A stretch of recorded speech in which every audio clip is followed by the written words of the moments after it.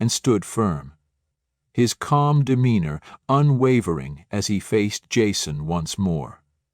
The room was filled with a charged silence, and every eye was on the two men. Jason's smug grin faltered as Daniel's piercing gaze met his. Without raising his voice, Daniel spoke with an authority that transcended rank or badge. "Officer Reed," he said evenly, "you may think your badge gives you the power to intimidate, but true strength lies in serving others, not in trying to break them." Jason laughed, the sound hollow and forced. "Big words from someone playing mentor to a bunch of nobodies. What do you really think you're accomplishing here?" Before Daniel could reply, a voice came from the back of the room. "He's accomplishing more than you ever will." It was Sophia. Her voice was steady, but her eyes burned with defiance. She stepped forward, her small frame radiating an unexpected strength. "This center has saved lives, including mine. It's people like you, Officer Reed, who tear communities apart, not build them." The crowd murmured in agreement, emboldened by Sophia's courage. Jason turned to her, his expression darkening. "Careful, little girl. You don't want to cross me." Before Jason could take another step, Mike Turner intervened. The younger officer had been standing silently, observing the unfolding drama with increasing discomfort. Now he stepped between Jason and the others, his voice firm but calm. "That's enough, Jason," Mike said. "You've crossed a line. This isn't how we're supposed to serve the community." Jason spun around, glaring at Mike.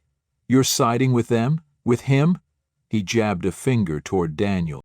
"I'm siding with what's right," Mike replied, his tone unwavering.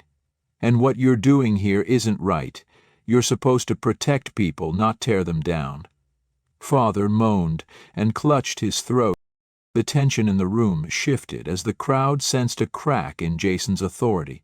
Daniel stepped forward again, his voice steady but filled with resolve.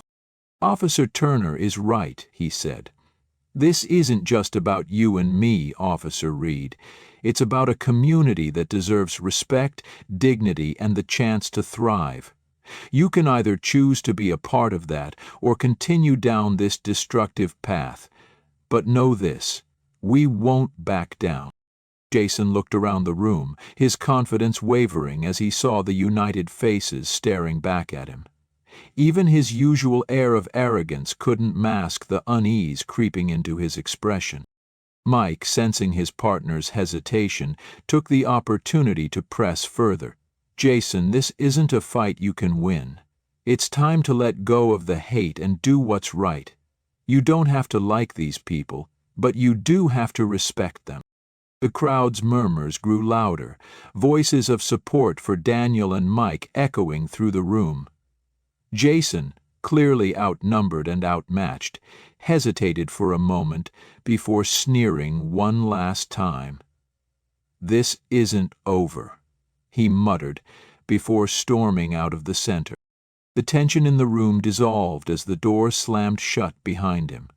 A collective sigh of relief swept through the crowd. Mike turned to Daniel, his expression a mix of apology and admiration. "I'm sorry for what he's done," Mike said. "I should have spoken up sooner." Daniel placed a reassuring hand on Mike's shoulder. "It's never too late to do the right thing, Officer Turner. Thank you for standing with us." The crowd erupted into applause, their voices filled with gratitude and hope. Sophia smiled through tears, her admiration for Daniel growing even stronger. That day marked a turning point, not just for the community but for Mike as well. He became a regular visitor to the center, working alongside Daniel and Sophia to rebuild trust between law enforcement and the neighborhood. As for Jason Reed, his actions didn't go unnoticed. The community's complaints, coupled with Mike's testimony, led to an internal investigation. It wasn't long before Jason was held accountable for his behavior, a stark reminder that abuse of power would not be tolerated. Through it all, Daniel continued to lead with the same quiet strength and unwavering belief in the power of unity. The community center thrived, standing as a beacon of hope and resilience against the forces that sought to divide. And in the hearts of those who gathered there, one truth remained clear: courage, compassion, and the will to stand together could overcome even the deepest injustices. Daniel remained resolute, turning the challenge into an opportunity to rally even greater support. He and Sophia organized a public meeting in the open courtyard outside the center, inviting residents and media alike. People arrived in droves, filling the area with a palpable energy of determination. Liam and others took turns sharing how the center had impacted their lives, painting a vivid picture of what was at stake. Maggie Brooks attended the event, capturing every word and moment. Her reporting began to draw national attention, amplifying the voices of the community far beyond their neighborhood. The hashtag #StandWithCross trended for days, with people from all walks of life expressing their support. Videos of the public meeting, particularly a heartfelt speech from Liam about what the center meant to his daughter Emily, went viral. Despite Jason Reed's efforts, his attempts to intimidate the community only served to strengthen their resolve. Inside the police department, however, tensions began to simmer. Mike Turner, who had been silently observing the unfolding events, decided he could no longer stay in the shadows. He contacted Maggie Brooks, providing her with internal documents and evidence of Jason's history of misconduct. The revelations were damning, painting a picture of a man who had repeatedly abused his authority while his actions were overlooked by a system unwilling to hold him accountable. Maggie's next article, titled "The Officer Who Crossed the Line," laid bare Jason's pattern of behavior. It included testimonies from other officers who, emboldened by Mike's actions, finally spoke out. The article ignited a firestorm, with calls for an independent investigation into Jason's conduct and the culture within the police department. Mayor Helen Moore, who had previously remained silent, finally issued a statement acknowledging the concerns of the community and promising swift action. As the pressure mounted, Jason grew more desperate. One evening, he confronted Daniel outside the community center. The interaction was tense, with Jason attempting to assert his dominance once more. But Daniel, as always, remained composed. "You've already lost, Jason," Daniel said firmly. "The people see you for who you are. This isn't about me, it's about them, and they're stronger than you think." Jason's mask of control began to crack. His threats were hollow, his power slipping away as the weight of the community and the truth bore down on him. Finally, Jason retreated, his once intimidating presence reduced to that of a man out of his depth. In the days that followed, the neighborhood received a long-awaited victory. The safety inspection of the community center found no significant issues, allowing it to reopen. Meanwhile, an independent inquiry into Jason Reed's conduct was launched, and he was placed on administrative leave pending the investigation. Mike Turner, now seen as a whistleblower, became a reluctant hero, his actions serving as a reminder that change could come from within the system as well. The reopening of the center was a joyous occasion. Residents gathered to celebrate, with laughter and music filling the air. Sophia stood beside Daniel, a sense of pride and gratitude evident in her eyes. "You always said unity was our strength," she said. "I didn't fully understand it until now." Daniel smiled, his gaze sweeping over the vibrant crowd. "This was never about one person. It's about all of us, standing together. That's how we build something lasting." The community's fight against Jason Reed was more than a battle against one man's abuse of power. It became a symbol of resistance, of people finding their voices and reclaiming their dignity. The lessons learned and the bonds formed during the struggle ensured that the center would remain a beacon of hope for generations to come. Jason's attempts to shut down the center escalated further, aiming to silence the growing resistance. He directed his efforts toward targeting outspoken individuals who had shared their stories online or voiced their support for the movement. Anonymous calls and cryptic threats began to haunt these residents, leaving them anxious and uncertain. Liam Carter, one of the first to bravely share his experience, found himself a target of these retaliatory acts. One morning, he discovered his car vandalized, its tires slashed, and a long scratch etched along its side. The sight left him shaken, but the impact on his daughter Emily was far worse. She began trembling at the mere sight of a police car, her sense of safety shattered. Liam sought out Daniel at the park, where outdoor gatherings were being held since the center's closure. His voice trembled as he spoke. "Mr. Cross, I didn't mean to bring more trouble to my family. I just wanted to do the right thing. But now, I don't know how to protect Emily." Daniel placed a firm yet gentle hand on Liam's shoulder and said, "Liam, you're not alone in this. That's what Jason wants, for us to feel isolated and powerless. But we have each other, and we won't let him win. Trust in the strength of this community." Meanwhile, Maggie Brooks, the journalist investigating the situation, was delving deeper into the systemic issues that Jason's actions represented. She recognized this was not an isolated incident, but part of a broader problem with abuse of power in law enforcement. Maggie approached Mike Turner, Jason's colleague, who had shown visible discomfort during recent events. Mike was hesitant at first, wary of the consequences of speaking out against a fellow officer.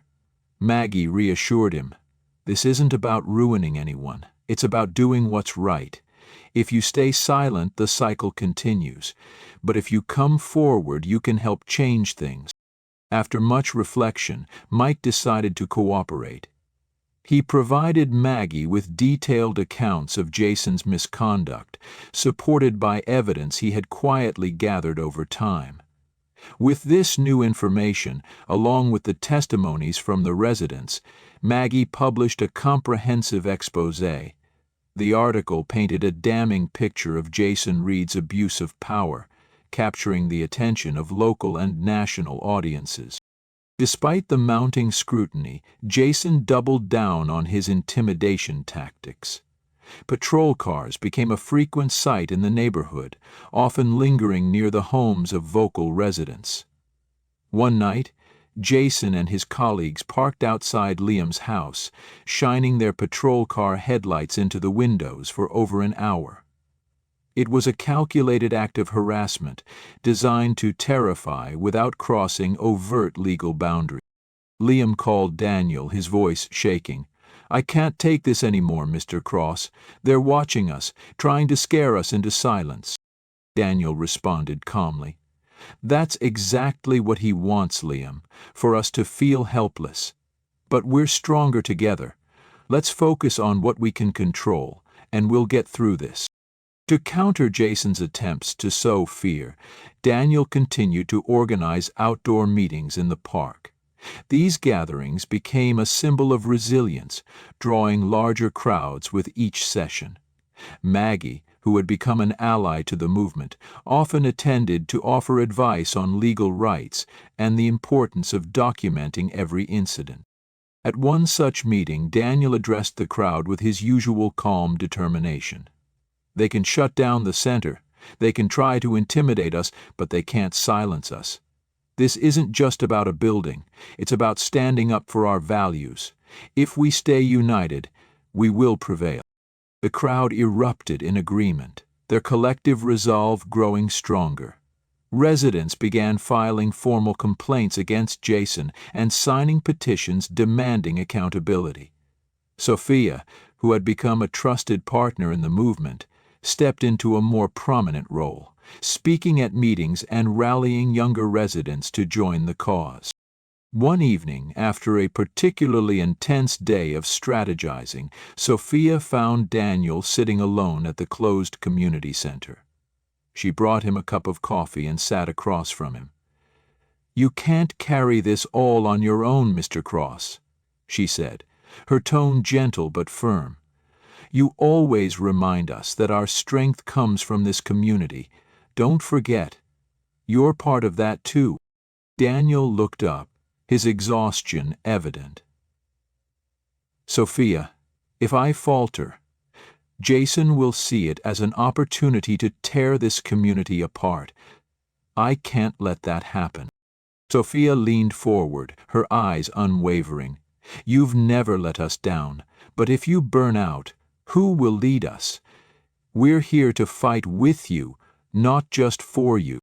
Her words struck a chord in Daniel. For the first time, he allowed himself to acknowledge the weight of the struggle and the importance of leaning on those around him. Sophia's leadership continued to grow. At a large public meeting, she took the stage and addressed the crowd with a confidence that reflected her deep commitment to the cause.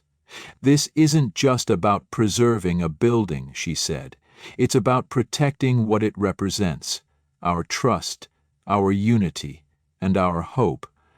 We won't let fear define us."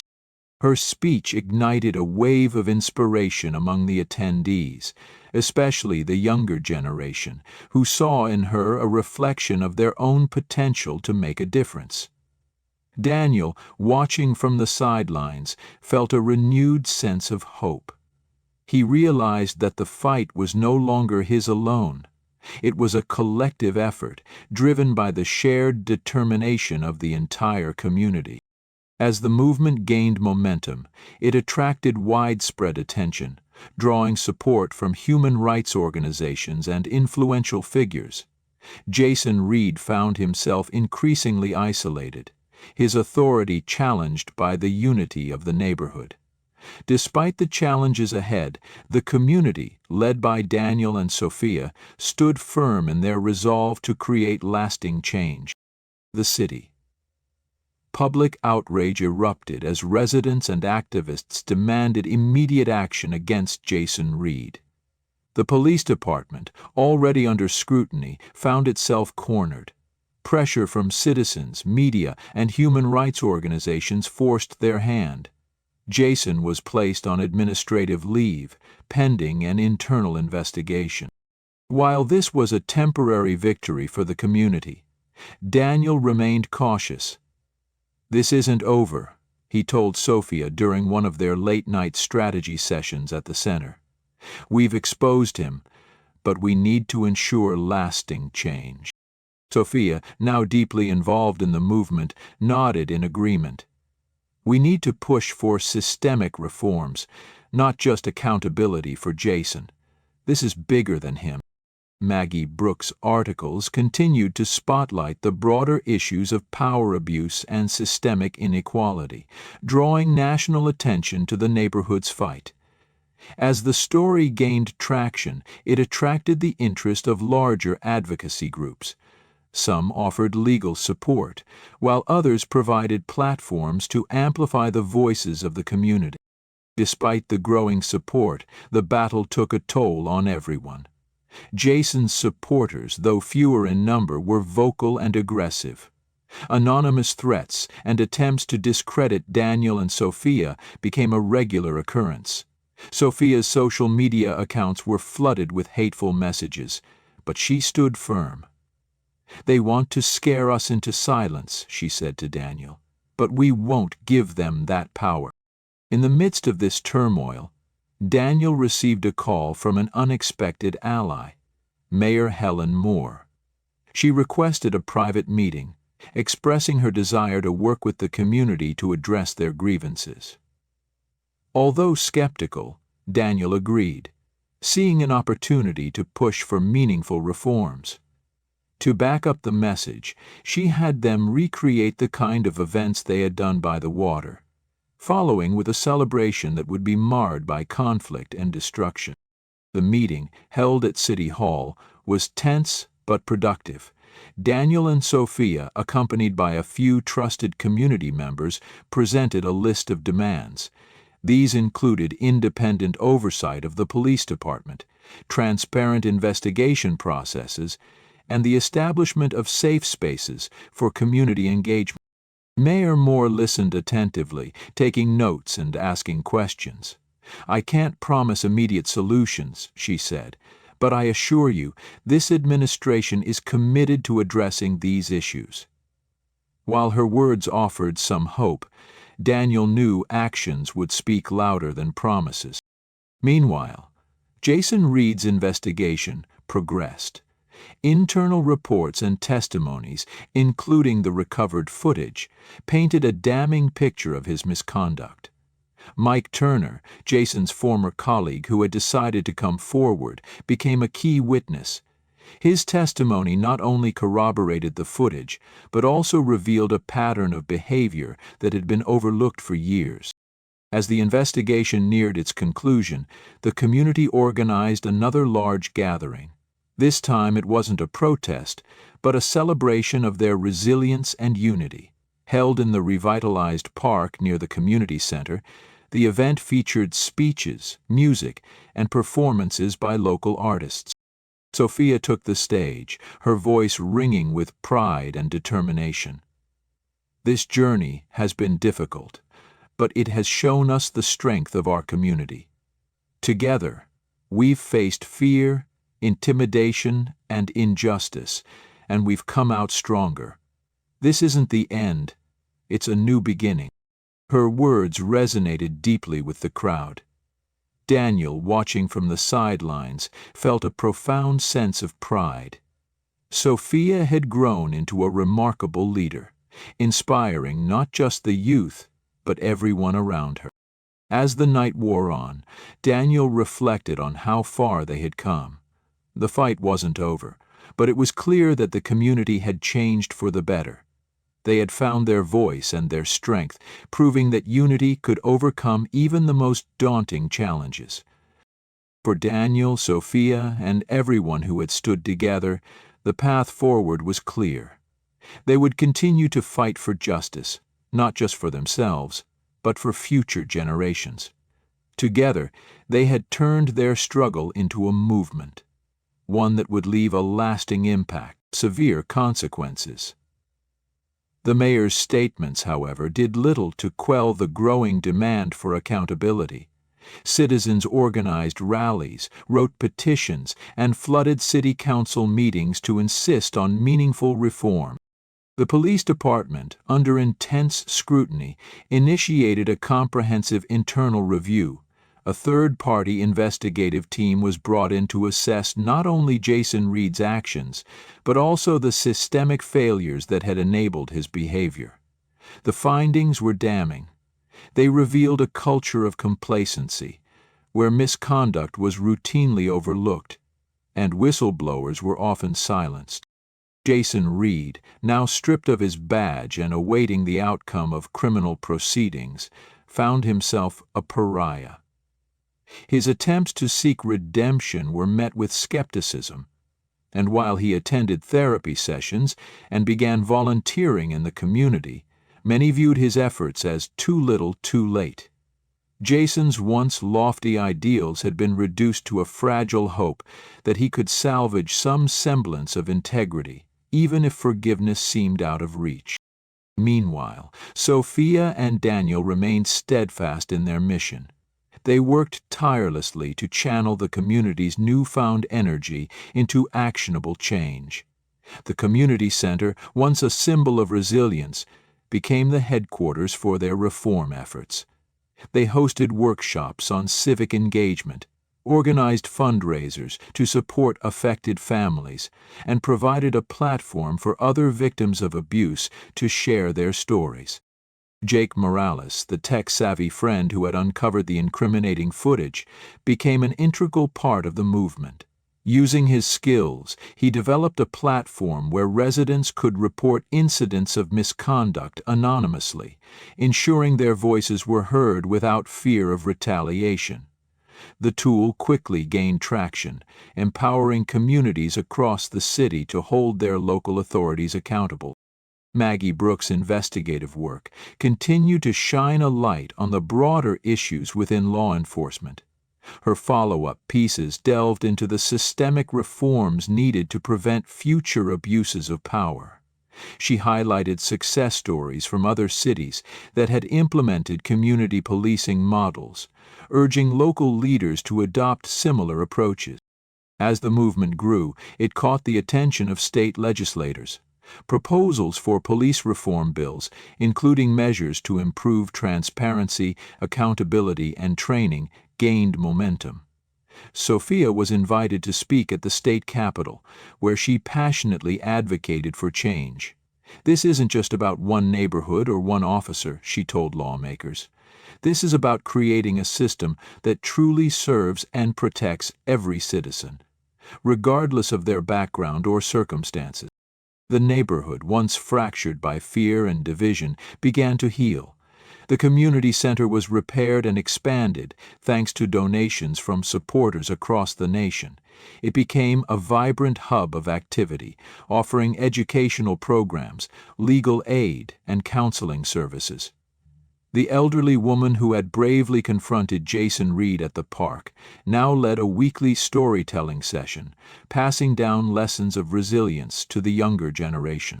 Jason's criminal trial became a focal point of the movement. As the evidence against him was presented, the court heard not only about his actions, but also about the systemic issues that had allowed him to act with impunity for so long. The verdict, delivered to a packed courtroom and broadcast live, found Jason guilty of multiple charges, including vandalism, abuse of power, and intimidation. For the community, the verdict was a step toward justice, but not the end of their journey. "Justice is not just about punishing those who do wrong," Daniel said at a post-trial gathering. "It's about creating a society where such wrongs are less likely to happen in the first place." The momentum from their local fight inspired similar movements in other communities. Sophia and Daniel became sought-after speakers, sharing their story and the lessons they had learned. They emphasized the importance of unity, courage, and persistence in the face of adversity. As the neighborhood looked to the future, the once dim hope for change burned brightly. The fight against abuse of power was far from over, but they now had a roadmap, a vision, and a collective strength that could not be extinguished. Together, they had transformed a small spark of resistance into a blazing call for justice, proving that even the most entrenched systems could be challenged when people stood together. Firm, his calm demeanor reassuring the crowd. Jason's presence in uniform seemed to contradict his earlier gesture of humility at the community center. The tension was palpable as he approached the front of the room, his movements deliberate. "Well, are you here, Jason?" Daniel asked, his tone steady but carrying an edge of suspicion. Jason hesitated for a moment, his face betraying the internal conflict raging within him. "I came because I have something to say," he began, his voice measured but strained. "I know my actions have caused pain, more than I can ever make up for, but tonight, I'm here not as an officer, but as someone who wants to be part of the change." The crowd murmured, a mix of skepticism and intrigue. Mayor Moore glanced at Daniel, silently deferring to him to handle the situation. Sophia, seated near the front, crossed her arms, her sharp gaze fixed on Jason. "Actions speak louder than words," she said bluntly, cutting through the murmurs. "Why should we believe you now, when you've already broken our trust?" Jason took a deep breath, his gaze dropping momentarily before meeting Sophia's. "You're right to doubt me. I've made mistakes that can't be undone. But I'm not here to ask for forgiveness. I'm here to prove, through my actions, that I can be better. I want to help fix what I've broken." The room remained silent, the weight of his words hanging in the air. Daniel studied Jason for a moment, his expression unreadable. Finally he spoke. "If you're serious about helping, there are conditions. You'll need to fully cooperate with the investigation, support the reforms we're fighting for, and contribute to rebuilding this community, not as a symbol of authority, but as a fellow resident." Jason nodded, his posture less rigid. "I'll do whatever it takes." Sophia's skepticism didn't waver. "We'll see about that," she said. "One wrong move and you're out."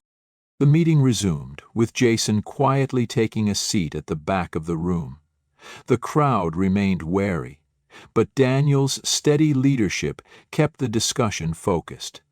They outlined plans to push for legislation on police accountability and to expand their grassroots efforts to neighboring communities.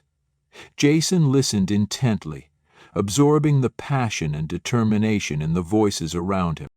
In the weeks that followed, Jason began participating in the movement, starting with the most menial tasks. He joined cleanup efforts, repaired vandalized properties, and attended workshops led by residents who shared their experiences of living under systemic oppression. His uniform was absent, replaced by casual clothes that made him indistinguishable from the others. For many, his presence was a bitter pill to swallow. Some refused to work alongside him, while others watched him with guarded eyes. But Jason persisted, acknowledging their resentment without complaint. He knew earning their trust would be a long, uphill battle, and he was prepared for the journey. Meanwhile, the movement gained national attention. Maggie Brooks published a follow-up article detailing Jason's attempts at redemption, emphasizing the broader implications of his story. Jason Reed's actions caused immeasurable harm, but his willingness to confront his failures highlights the potential for change, even in those who seemed beyond redemption. She wrote. Her article sparked debates about the balance between accountability and forgiveness, drawing attention to the community's efforts as a model for addressing systemic issues. Mayor Moore, pressured by the growing movement, announced a series of reforms, including mandatory body cameras for all officers, increased funding for community programs, and the establishment of an independent oversight board. These measures, while a step in the right direction, were met with cautious optimism by the residents. They knew that true change required constant vigilance. Jason continued to work within the community, gradually earning the grudging respect of some residents. One day, while helping to organize a neighborhood event, he found himself in a candid conversation with an elderly resident named Mrs. Carter. "Are you really doing this?" she asked, her sharp eyes piercing through him. Jason hesitated before replying, his voice low. "Because I want to be the man I thought I was when I first put on that uniform, and because I owe this community more than I can ever repay." Mrs. Carter studied him for a moment before nodding. "Words are cheap, son. Keep working." As time passed, Jason's actions began to speak louder than his past misdeeds. He organized a fundraiser for the community center, using his connections to secure donations from local businesses. He also became a vocal advocate for the reforms the movement championed, speaking at city council meetings and publicly supporting the new policies. Sophia remained skeptical, but began to acknowledge his efforts. "You've got a long way to go," she told him one evening after a community event. "But at least you're walking in the right direction." Jason nodded, understanding the weight of her words. He wasn't looking for accolades or forgiveness, only the chance to make a difference. The movement continued to grow, inspiring other communities to take a stand. What began as a local fight against one man's abuse of power had evolved into a larger call for systemic change. And while Jason's journey toward redemption was far from over, his willingness to confront his past and contribute to the community offered a glimmer of hope, for himself and for the future of the system he once represented. Jason stood his ground, his eyes sharp and watchful, as the room buzzed with a mix of confusion and tension. Striding purposefully to the front, he declared in a firm voice, "Daniel Cross, you are under arrest for inciting illegal protests and disturbing public order. I have a warrant for your arrest." Gasps of shock and murmurs of outrage rippled through the crowd, but Daniel remained calm. Standing tall, he locked eyes with Jason, his expression resolute. "Do you think this stunt will stop us, Jason? We're not afraid of you anymore," Daniel said, his voice steady and unwavering. Before Jason could proceed further, a voice rang out from the back of the room, cutting through the charged atmosphere. "Stop it, Jason! This ends here and now." All eyes turned to see Mike Turner, Jason's colleague, step forward, dressed in plain clothes. His expression was resolute as he confronted Jason directly. Mike's voice was steady but firm. "I can't stay silent anymore, Jason.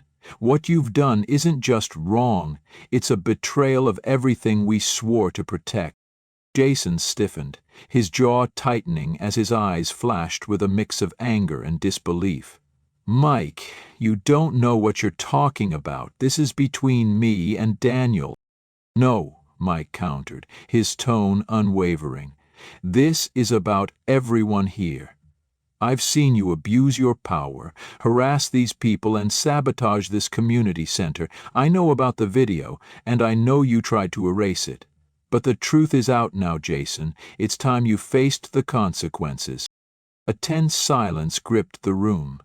Mayor Helen Moore rose from her seat, her face a mixture of determination and disappointment. "Officer Turner," she said, her voice carrying authority, "do you have evidence to support your claims?" Mike nodded and produced a USB drive from his pocket, handing it to Helen. "This contains the recovered footage from the community center and statements from residents. It will prove everything." Jason took an involuntary step back, his expression shifting from defiance to panic.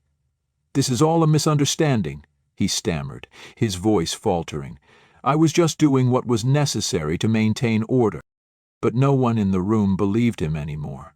Helen's gaze was cold and unyielding as she gripped the USB drive. "Officer Reed," she said, her tone sharp, "these allegations are too serious to ignore. You are hereby suspended pending a full investigation." Jason stood frozen, as if all the strength had drained from his body. He looked around the room, meeting faces that reflected only disappointment and indignation. Finally, his shoulders slumped, and he lowered his head, unable to say another word. As Jason was escorted out, the room erupted into applause, not out of malice, but as a celebration of justice. Daniel turned back to the crowd, his voice steady and filled with quiet pride. "This isn't my victory, it's ours, and this is only the beginning of real change." Sophia stepped forward, her face glowing with triumph. "You did it, Mr. Cross, but more importantly, we all did it." Daniel nodded, his heart swelling with emotion. "The journey has been long and hard, but we've shown that unity and courage are stronger than fear and oppression." Following Jason Reed's suspension, media outlets were flooded with reports detailing his misconduct. The police department launched a comprehensive investigation into both Jason's actions and the systemic failures that had allowed his abuses to go unchecked. Stripped of his authority, Jason was forced to confront the full weight of his actions. Although he initially tried to justify himself, the investigation uncovered a pattern of offenses that made it clear his redemption would be a long and difficult process. Meanwhile, the community center began to thrive once more. Daniel, relieved to see the tension easing, resumed his role as mentor and guide, focusing on helping residents recover and build a brighter future. Sophia, now a vital leader within the center, organized youth programs and events to foster a stronger sense of community. Daniel, ever the supportive presence, continued to offer his wisdom from behind the scenes. In a heartfelt address to the community, Daniel stood before a packed room. "True strength doesn't come from power or prestige," he said. "It comes from unity and the courage to stand against injustice. This center isn't just a building, it's the heart of our community, a place where we learn to trust one another and never give up." The applause that followed was thunderous, a reflection of the pride and resilience of the community. Stories of individuals coming together began to emerge, painting a vivid picture of solidarity. Liam Carter, once a victim of Jason's harassment, became a key organization of events at the center, attending with his daughter Emily. Mary Sullivan, an elderly resident, found a sense of belonging she hadn't felt in years. Jake Morales, a young tech expert, continued to support the center by upgrading its security systems and teaching free technology workshops for teens. The investigation into Jason concluded with his dismissal from the force and severe administrative penalties. Instead of leaving the neighborhood in disgrace, Jason chose to stay. He began attending activities at the community center, not as a figure of authority, but as a regular person seeking to learn and rebuild. One day, he approached Daniel, his voice heavy with remorse. "Daniel, I know an apology can't erase what I've done, but I want to thank you for not giving up on me." Daniel regarded him with a steady, compassionate gaze. "I didn't give up on you, Jason, because I believe everyone deserves a second chance. But the road is yours to take. I hope you see it through." Over time, the neighborhood transformed. Community meetings became opportunities not just to address problems, but to plan for growth and improvement. The center became a model for other neighborhoods, inspiring similar efforts elsewhere. Daniel, watching younger generations like Sophia and Jake take charge, felt confident that his legacy would endure. One peaceful afternoon, Daniel sat outside the center, watching children play and neighbors laugh together. Sophia joined him, settling into the seat beside him. "Mr. Cross," she asked, "do you think everything we've done has really made a difference? Do they really feel the same way we do?" Daniel smiled, his expression serene. "The meaning doesn't come from what we've achieved. It comes from how we achieved it, together. And yes, Sophia, I think we've done something truly remarkable." This story, though marked by struggle and loss, became a testament to the power of unity and the belief in change. When faced with injustice, the community proved that through collective action, no obstacle was insurmountable.